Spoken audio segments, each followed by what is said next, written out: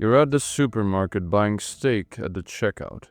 Your card declines, not because your account is empty, but because government algorithm decides you've hit your carbon limit for the week. This isn't some distant dystopian nightmare. This technology exists right now. 134 countries are building it as you read this, including America, including Europe, most of the world. They call it digital currency, the future of money. What they're not telling you is that money isn't neutral anymore.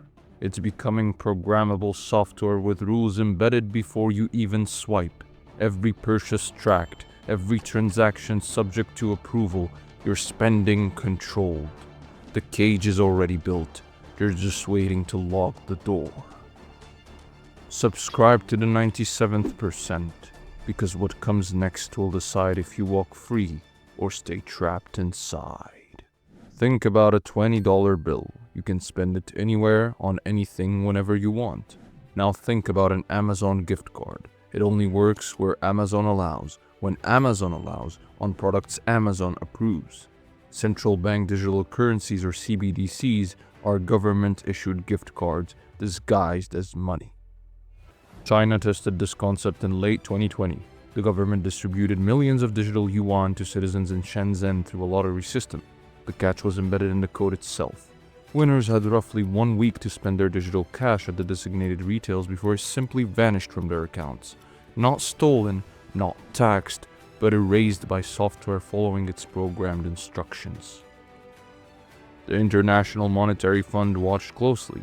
At the IMF World Bank annual meeting in October 2022, Deputy Managing Director Bo Li explained that CBDCs can be programmed so that money is precisely targeted for what kind of people can own it and for what kind of use this money can be utilized. He gave the example of restricting funds to food purchases only. Thailand then took the experiment further, testing geographic spending limits that confine digital currency within specific neighborhoods. Your money becomes a leash keeping you in place. Today's banking system declines transactions when algorithms suspect fraud or insufficient funds. Tomorrow's programmable money declines because the system decides you bought enough meat this month, traveled too far, or supported the wrong cause. The mechanism stays invisible until activation. Every transaction flows through code that can enforce rules you never agreed to follow, control you never consented to, approve merchant lists, spending quotas, expiration dates. The restriction can change overnight without legislation, without debate, and without your knowledge. But individual countries testing these control mechanisms represent just the opening act. Right now, a global architecture is taking shape that could synchronize these restrictions seamlessly across every border on Earth. In June 2024, something called Project M-Bridge quietly reached minimum viable product status. Real money began moving across real borders between China, the United Arab Emirates, Thailand, Saudi Arabia, and Hong Kong. During pilot testing, the platform processed over $22 million in transactions using distributed ledger technology. 32 central banks are now observing how this mechanism performs under actual conditions. The technology enables instant settlement across currencies without corresponding banking relationships. But the distributed ledger carries something far more dangerous than speed. It synchronizes restrictions programmed into each participating nation's digital currency. What one country enforces, all countries can enforce. Consider expiration dates coded into Chinese digital yuan, social credit requirements embedded in money itself, purchasing restrictions that follow you across borders. Those rules can travel with your currency as it crosses from one nation to another, enforceable by every country in the network through automated software. This isn't speculation. The technical documentation explicitly describes programmable features and smart contract functionality for cross-border payments. The countries building this system are quietly agreeing to enforce economic obedience through code. Sovereignty used to mean a nation controlled its own territory and laws. Under this arrangement, sovereignty means signing on to a network where algorithmic restrictions apply globally. Your government doesn't need to pass a law banning certain purchases. The software simply declines the transaction before it processes. Consider the geopolitical implications for this. For 70 years, dollar dominance gave America unmatched power over global finance. Sanctions worked because SWIFT transactions flowed through American-monitored channels. That leverage is being systematically dismantled by a network operating beyond American reach. But don't worry, M-Bridge isn't the only infrastructure taking shape. America is creating its own version.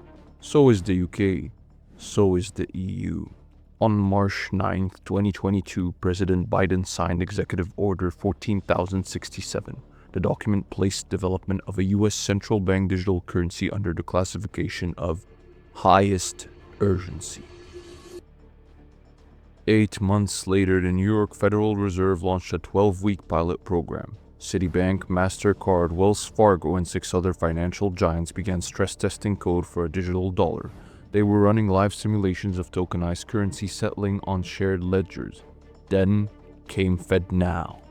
The platform went live in July 2023. 35 major banks joined at launch, including JP Morgan, Chase, and Bank of America. Federal Reserve officials repeatedly stated it had no connection to digital currency development. They were telling a technical truth, wrapped in a strategic misdirection. FedNow processes instant payments between financial institutions at speeds traditional systems cannot match. It isn't the programmable currency itself, it's the high-speed railway on which that currency will eventually travel.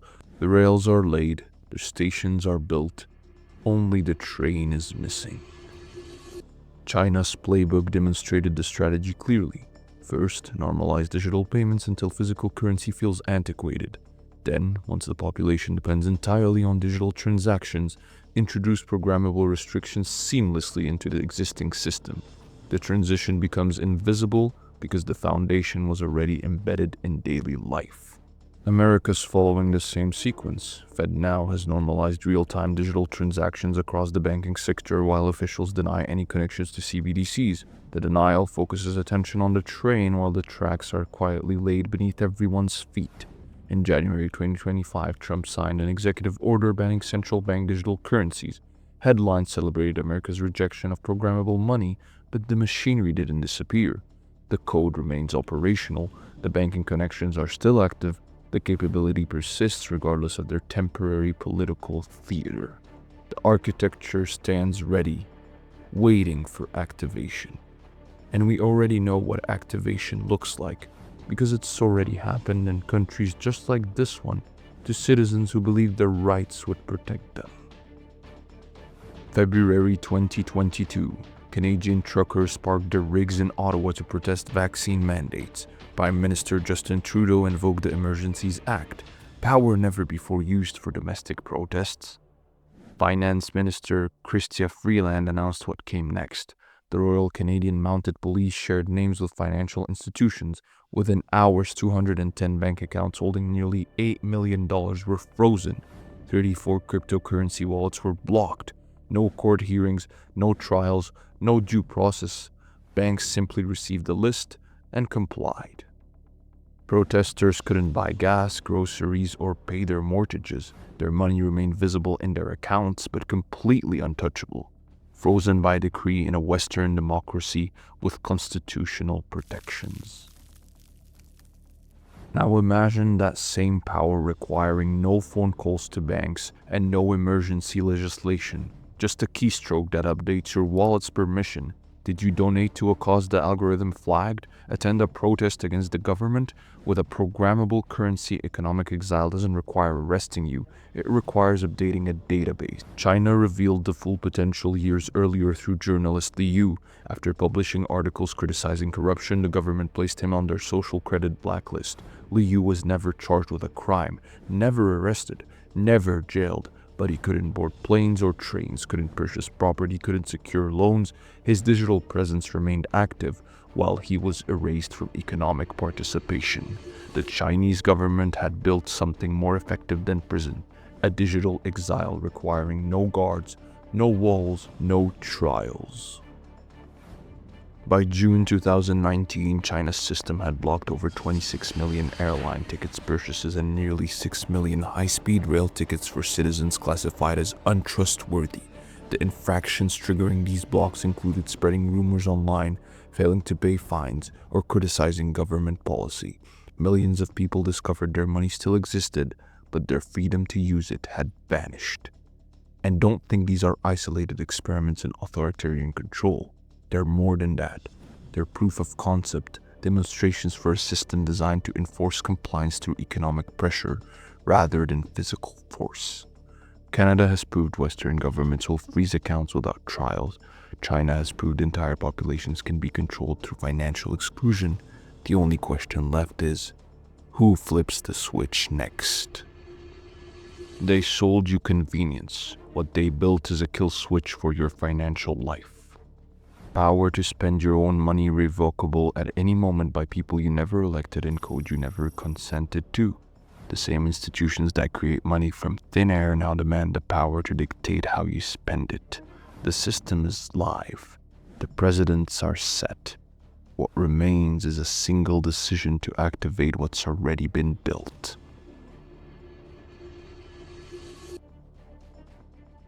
Tell us what you think about this in the comments below. Have you ever felt the weight of financial surveillance creeping into your life? Share your story. If you want to arm yourself with the knowledge to fight back, subscribe to the 97th percent. Knowledge is your best defense. We know what they're building, but who's pulling the strings?